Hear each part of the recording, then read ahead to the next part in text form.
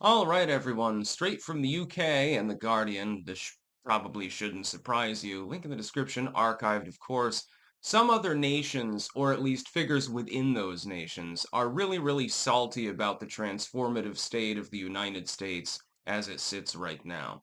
The United States, for decades, was effectively propping up the entire Western military alliance, with nations not meeting even the most simple of requests for the amount of military spending that they would make, not making the minimal requests for the amount of armaments that they would field, and not preparing for the possibility that in the event of a major war, that the United States is not singularly capable of taking on a huge swath. Like, imagine that the Eastern Bloc countries pop off.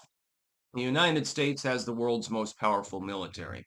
But what if it had to fight Russia and China and Mongolia and North Korea and India at the same time?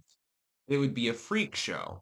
The United States could only do that with nuclear weapons, causing World War III. Ultimately, it's peace through strength more than anything else. You have a big, beefy military union, and then you try not to use it more than sparingly, only in necessity. Other than ops to keep the shipping lanes open and to make sure that air travel is safe, the United States does not need to establish, for example, a huge military presence in some foreign country just because there's a disagreement. I am not a pacifist, but I am definitely not a warmonger. I'm a non-interventionist. I believe that we should leave people alone, and mainly we should try dialogue, and occasionally we get our way through sweetening the deal, like with Panama. If Trump were to tomorrow say, well, we're going to invade Panama, we're taking back our canal, I would not support this. But if Trump said, okay, we'll pay off Panama's national debt in return for that land around the canal being returned to joint control, that would be perfectly fine with me. I would not care because the amount that you're spending is like 1/100th the amount of invading him anyway because of the logistics of military action. And so everybody, can party hardy. We'll triple the canal size and pay off your national debt, but the land is ours now.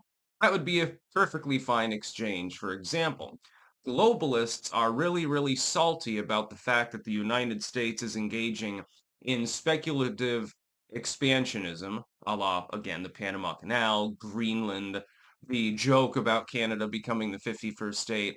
Pro tip, that was never a serious suggestion, and anyone who believes that Trump has been seriously suggesting that is batshit crazy.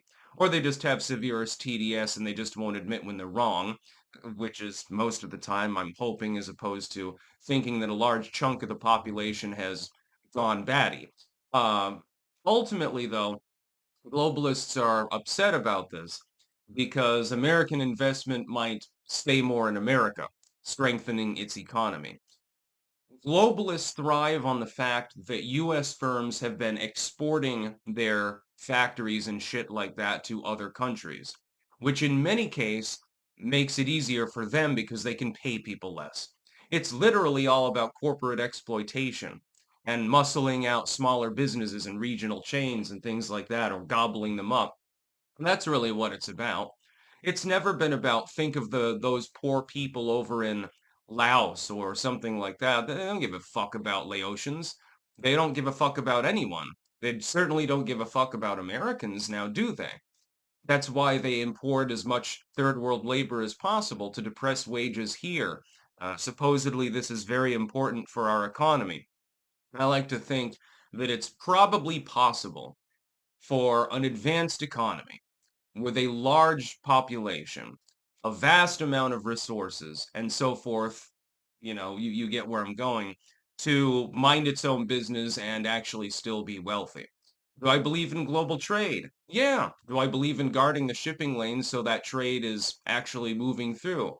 Yeah, I do agree with it. It's one of the few obligated, devoted things that the federal government needs to oversee. Of course, under Joe Biden, things sort of fell flat, but they're improving now, albeit slowly. You have a sudden surge in troop recruitment. I wonder why. Oh, you mean because the commander in chief doesn't talk down to the military and force people to obey the commands of people that are clearly insane? Well, I'm so confused as to how this happened. Happens all the time lately. All of the reforms of the Trump administration, generally speaking, they've been positive. I mean, it is always going to be hit or miss, but there are more hits than misses. It's sort of like if a ship were commanded by someone like Trump versus a ship commanded by someone like Biden. Biden's ship would run aground an iceberg probably and sink. The salt is flowing, though. This is one of only a number of articles by people who are clearly on the left wing of politics, bitching about the United States taking care of itself. Well, here's a question. It's very simplistic. Um, if the United States does not take care of itself and falls into steep decline, as was the case under Bidenomics, I would point out, for example, how are we supposed to help our allies and our friends in the world if something goes wrong? We won't have the means. In such a situation, you'd get a paradoxical situation. Right now, you've got a backlash against the global economic order by the United States. And I have labeled it consistently now since Trump's first term, it is a mild reform. If you were to ignore these problems and the US went Byzantium mode and started steadily declining, you would end up with political parties far more rabid and far more radical. And the worst people in society would be the ones that would take up the banner of those groups, rise to the top, and be in control. So you'd end up with like another Joseph Stalin or something like that. Oh, how wonderful that sounds. Oh yeah, communism in the United States because people got pissed off that bread was too expensive and figured it was easier to just stand in line for an hour to get their loaf. This would be a paltry semblance of what used to be the United States. Right now, we still have hope. We have hope in other parts of the world breaking out too. Look at Javier Milei. Well, he appears to have shown the way to a reverse engines on a socialist economy without crashing it now, hasn't he? Economic growth there is exploding. Wish we had that kind of economic growth already. Our regulatory system being arguably even more scrambled and bizarre than the Argentinian one was before Malay's reforms. It's a good thing. Grow your economy, make more productivity. Everyone's happy. Everyone's got more bread. Now you don't need to stand in the bread line, and you also don't need to spend so much at the store that you have to sell your car to buy the gas to power it. Uh, that's sort of the way that the economy had begun to work under neoliberalism. The fact that we're reversing course is pissing some of these countries off, I think, because number one, some of these people don't want it because they're benefiting from the globalist system. And some people simply have lost hope and don't think it's pragmatic. They don't think it can be accomplished. But with people like Trump and Malay and so forth, we're showing that it is possible to do so. If non-globalism breaks out in the world, a lot of these people that have been basically loan sharking the population will lose money. How sad.